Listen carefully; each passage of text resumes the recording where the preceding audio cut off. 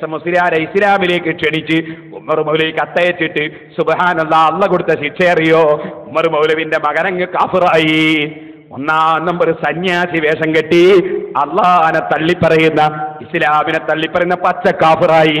ആ കാഫിറായ ബഷീർ മാഷ്, ആ ബഷീർ മാസ്റ്ററെടുക്കല് കണ്ണൂർ ജില്ലയിലെ ചെറുപ്പക്കാരായ കുറച്ച് കുട്ടികള്, അതാ മുഖാമുഖം മാസികയുടെ പ്രവർത്തകന്മാര് ചെന്നിട്ട് അദ്ദേഹത്തെ കണ്ടിട്ട് പറഞ്ഞു, നിങ്ങളെ ബാപ്പ ഞങ്ങളെ ഉസ്താദിന്റെ ഒരു കത്തയച്ചിരിക്കുന്ന മുസ്ലിം ആകണമെന്ന് പറഞ്ഞിട്ട് അത് ഞങ്ങൾക്ക് മനസ്സിലായി, അഡ്രസ്സ് തെറ്റിയിട്ട് ഉസ്താദിന് വന്നത്, നിങ്ങൾക്ക് അത് അയക്കേണ്ട കത്ത്, നിങ്ങളാണ് കാഫിറായത്, അതുകൊണ്ട് ആ കത്ത് അങ്ങ് പിടിച്ചോന്ന് മറ്റു കത്തങ്ങ് കൊടുത്ത അയാളെ കയ്യിൽ, അതൊന്ന് കണ്ടോളൂ നിങ്ങൾ.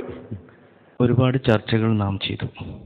ഇതിനിടയിൽ ഏറ്റവും പ്രസക്തവും പ്രബലവുമായ ഒരു വിഷയം താങ്കളെ സൂചിപ്പിക്കേണ്ടതും അതുമായി ബന്ധപ്പെട്ട ഒരു കത്ത് താങ്കൾക്ക് കൈമാറേണ്ടതും അനിവാര്യതയാണെന്ന് ഞങ്ങൾക്ക് ബോധ്യമുണ്ട്.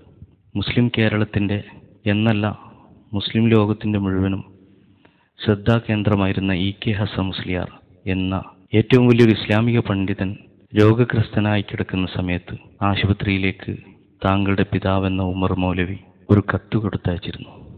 ഒരു മനുഷ്യനൊരിക്കലും ചെയ്യാൻ പറ്റാത്ത അത്രയുമേറെ ക്രൂരത നിറഞ്ഞ സന്ദേശമായിരുന്നു ആ കത്തിലുണ്ടായിരുന്നത്. ഇസ്ലാമികമായി ജീവിക്കുകയും മുസ്ലിങ്ങൾക്ക് വഴി കാണിച്ചു കൊടുക്കുകയും ചെയ്തിരുന്ന ഞങ്ങളുടെ ഷെയ്ഖുന ഇ കെ ഹസൻ മുസ്ലിയാരുടെ ജീവിതത്തെയും വിശ്വാസത്തെയും അവമതിക്കുകയും അപമാനിക്കുകയും ചെയ്യുന്ന വിധത്തിൽ താങ്കളുടെ പിതാവ് ഉമർ മൗലവി ഇ കെ ഹസൻ മുസ്ലിയാർ താങ്കൾ മുസ്ലിം ആവണം എന്നാവശ്യപ്പെട്ടുകൊണ്ടുള്ള കത്തായിരുന്നു അയച്ചിരുന്നത്.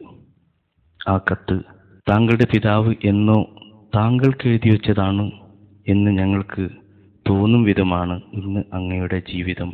അതുകൊണ്ട് തന്നെ ആ കത്ത് വിലാസം മാറി ഞങ്ങളുടെ നേതാവിന് അയച്ചത് തിരിച്ചങ്ങയുടെ കൈകളിലേക്ക് തന്നെ ഏൽപ്പിക്കണമെന്നത് ചരിത്രത്തിലെ ഒരു നിയോഗമാണ്. അതുകൊണ്ട് തന്നെ സമൂഹത്തിന് വേണ്ടി, മുസ്ലിങ്ങൾക്ക് വേണ്ടി ഈ കത്ത് അങ്ങക്ക് ഞങ്ങൾ കൈമാറുകയാണ്.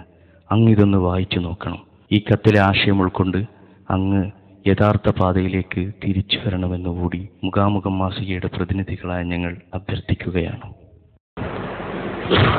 അപ്പോൾ